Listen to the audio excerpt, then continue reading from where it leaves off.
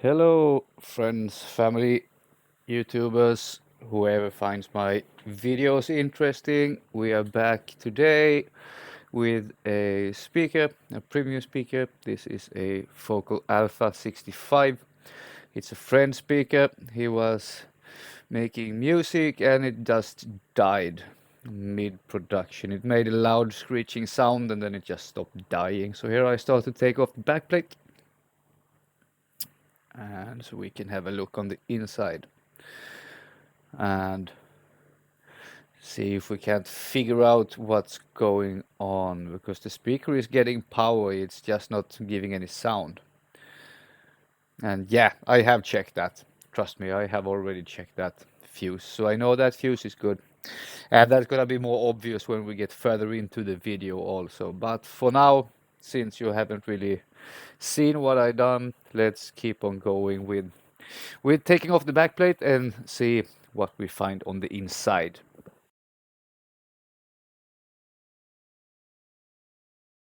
And no, I have never taken a speaker apart. Well, I taken speakers apart, but I never taken a premium speaker apart.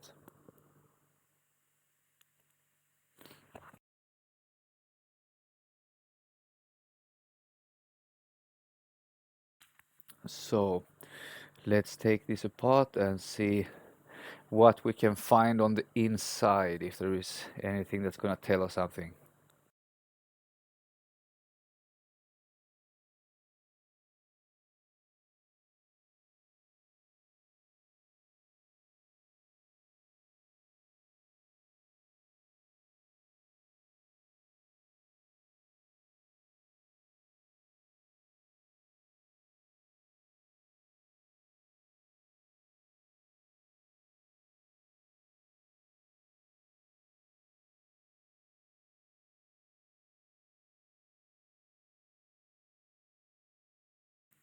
All right, so last screw, and since it's a tight fit, I need my metal spatula and some beer, of course.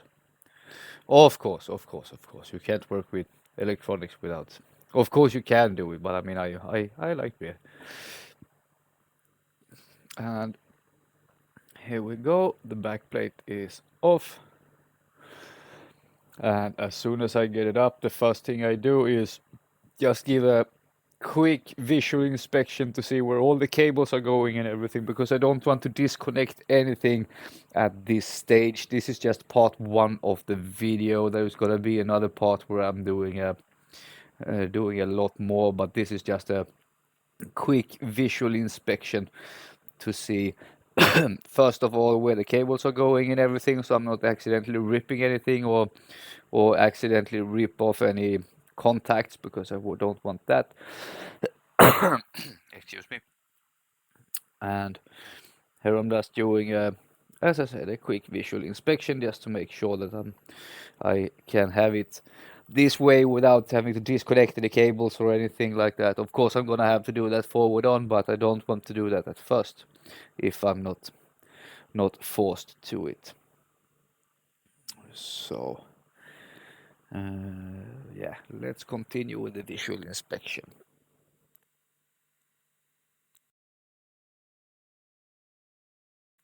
I should mention that I cut away about 15 minutes of visual inspection just to, because otherwise this video would have been so boring. So I removed everything that wasn't really helpful or anything that's just the same thing for 10 minutes. It wouldn't be interesting to watch anyway.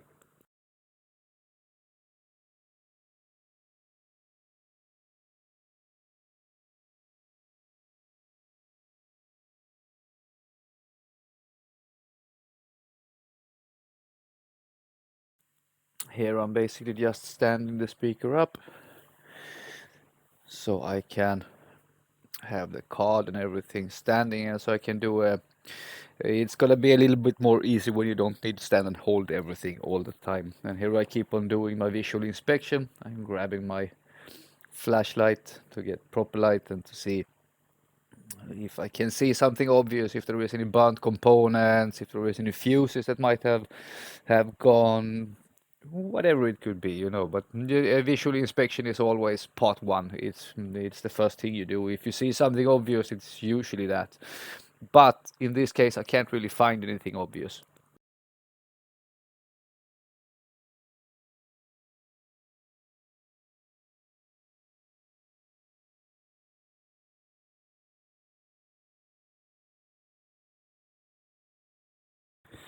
Here I cut another part of the video because I needed to go and turn off the annoying ad I was listening to. I had a Family Guy episode running when I was doing this, so I needed to go and turn the ad off. And here I'm checking everything out, and the speaker it's just a speaker, but it's actually very complex for being a speaker. There is a lot of parts in it, so you can really say that it could really see that it's a premium product. And here I'm checking well, both the main power board that goes to the transformer, which in case transform the voltage down to manageable levels, in turn powers the big green board that you see on the video on top, the first thing I inspected. So here I'm just looking through everything to see if I can find something obvious on the way, and just to know how I continue. There you can see the snout of my dog also. You can only see her nose. But yeah, she is very curious. She always want to see what dad is doing and what's going on.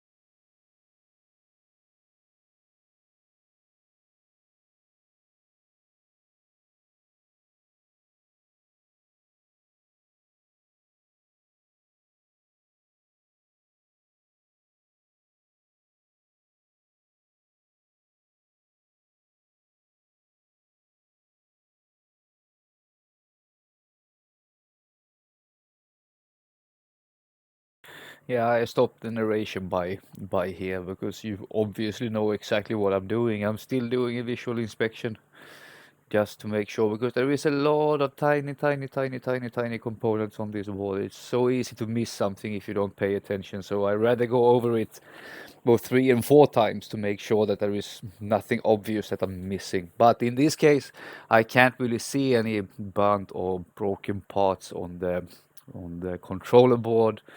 So I try to continue with what I have and where I am.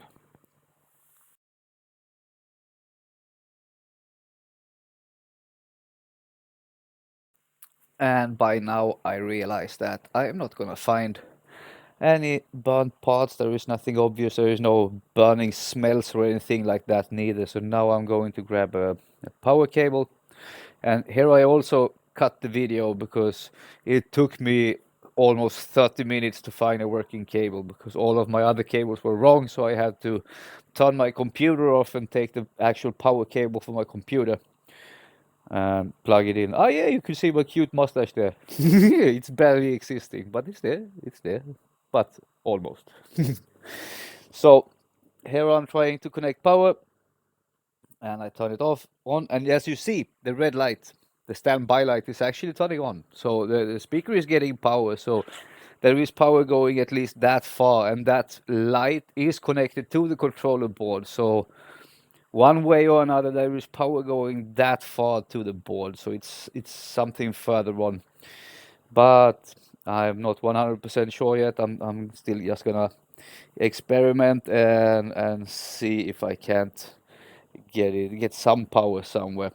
And here I keep on doing my both. Here I'm actually doing also a visual inspection, but I could hear a click. So there's obviously a relay or something inside it, and that's why I keep on checking. Now I'm grabbing my multimeter to see if I can measure any voltage somewhere. There should be power on the connector that I'm measuring here that comes from the transformer up to the controller board. But even if I turn the power on, I get no measurements, and it's not because there is no power. It's simply because my probes didn't reach all the way down where they needed to reach in order to get a proper measurement. Here I'm trying to adjust them, and I realize, oh shit, I haven't. There's no power, so of course I'm not gonna get anything. But as you see here, I only get fractions. There is no power from where I'm measuring, and it's simply because the probes for my multimeter doesn't reach far down in the contact to actually be doing a proper measurement. So that's the only reason. And keep on checking just to be sure there's nothing I have missed, or and I'm also smelling and looking for smoke or anything like that, because if a component is burnt, and if it's not burnt out completely, if you put power on it again, it will keep on burning. So just visually to make sure that there is nothing obvious. uh, in one of my first videos, I also did a shout out to one of my favorite YouTubers that I'm following, and I'm watching not all of his videos, but pretty much all of them. And it's Mr. Electronics Repair School, or Sorin. He is a nice guy. I really like his videos, and he's very how to say, he's very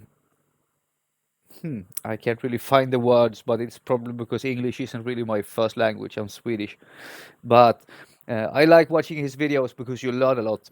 You learn a lot, and he has like 10 million times more experience than I have, so he is doing a lot more advanced repairs. I'm not gonna say a rookie, but close.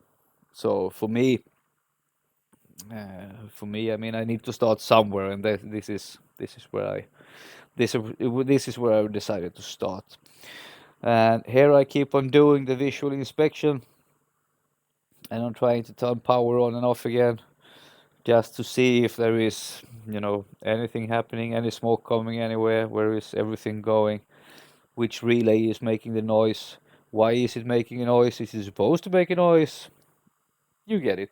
You get it. You have to get yourself an idea of how everything is working. If you never worked on anything like that before, you have to go slowly and start to figure out what's going on. Why is this happening? Is it supposed to happen? Oh, it's supposed to happen. Okay, then we go move over to the next step. Or no, it's not supposed to happen. Oh shit, then there we have the problem.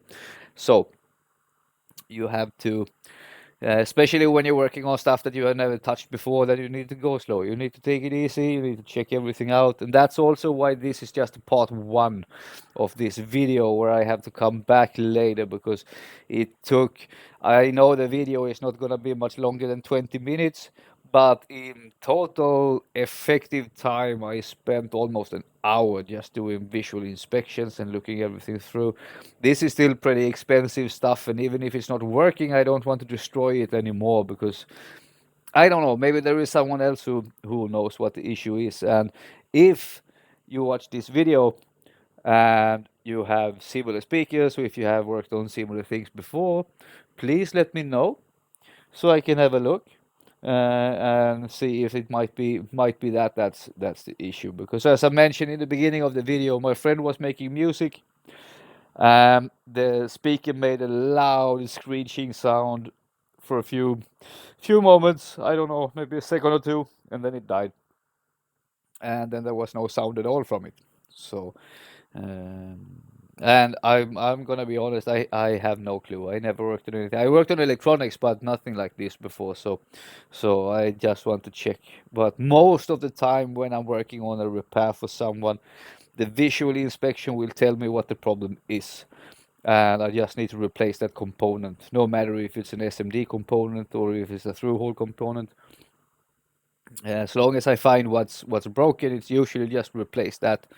And if that doesn't help, it's usually because a component before that is broken. So you have to go back and see what's going on. Maybe it's a regulator that's broken, so it's sending through way too much voltage to that part of the board, and that's burning the component. And so it's I rather spend some extra time on the visual inspection and everything, so I'm sure of what's going on, because I don't really have a I mean, I have a graveyard. I have a lot of old dead laptops, and I have a lot of other stuff that I haven't been able to fix. And when people don't come and pick it up, I leave it in my graveyard, so I have spare parts for most things. And I have some connectors and some other stuff that's pretty common to have to replace. But I don't really have a warehouse full of parts where I can just go and grab what I need. So here I rather do the visual inspection properly to make sure that I have what's needed, if there is anything needed, and then I keep on going from there.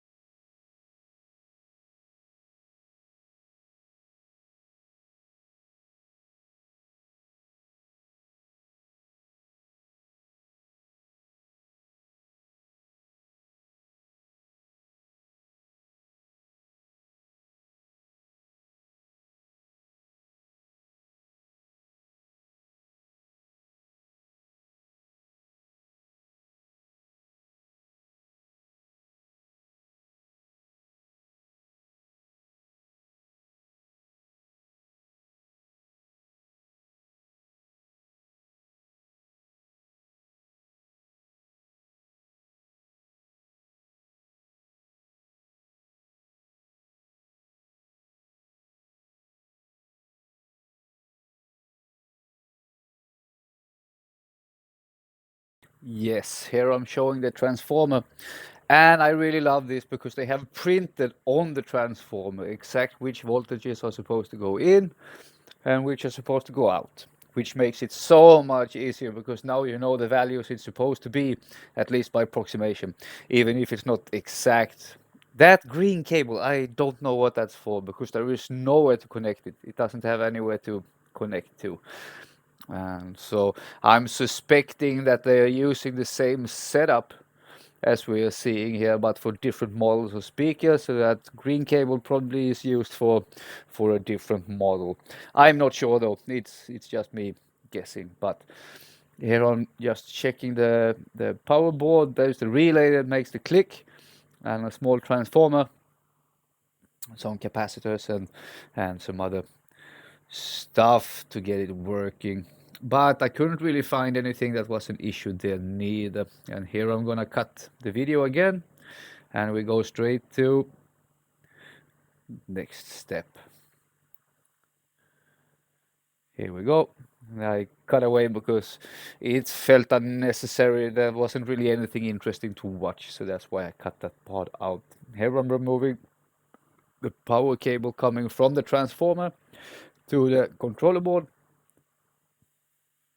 because if I remove it, it's gonna be easier for me to measure it and see exactly what measurements I'm getting, because as I said, my probes for my multimeter didn't reach down all the way into the contact when it was connected, so I had to disconnect it to see properly. And here you can see the bands on the side of the connector where I can get the proper connection and actually get the proper measurement. So here I have my multimeter again, and I'm gonna start doing some measurements here. And here I realize that, oh, I need to turn the power on, otherwise I won't get anything. And I'm getting 21.6 approximately, which is good. It's supposed to be 19, but 21.6 is okay. And here I'm supposed to have 15, and I get 15.1, 0.2, 0.3, which is also good. It's nothing bad. Nothing is gonna burn up because of that. As long as it's not much more than that, it's not gonna be an issue. So those voltages are actually really good. And I'm doing a quick check here again, but I don't really know why. There isn't really anything more that I can see. Here I'm cutting it again, and here I'm just putting it back together. So there isn't really much more of the video for now. That's pretty much it. There will be a part 2, as I said. I'm not sure if part 2 is gonna come exactly when, but probably sometime during next week. I have another video also that I'm working on that I'm gonna upload as soon as I have it finished, but I haven't really ended up there yet. But yeah, so thank you so much for watching. And if you find that video interesting, please like and subscribe, and there will be a new video coming out shortly. Um, yeah. If you have any questions about anything at all, or if there's something that you want to know, please write in the comment section, and I will reply as soon as I have both time and energy. Thank you so much for watching, and I wish you a fantastic day. And since it's Friday, I wish you an amazing weekend. Take it easy. Ciao.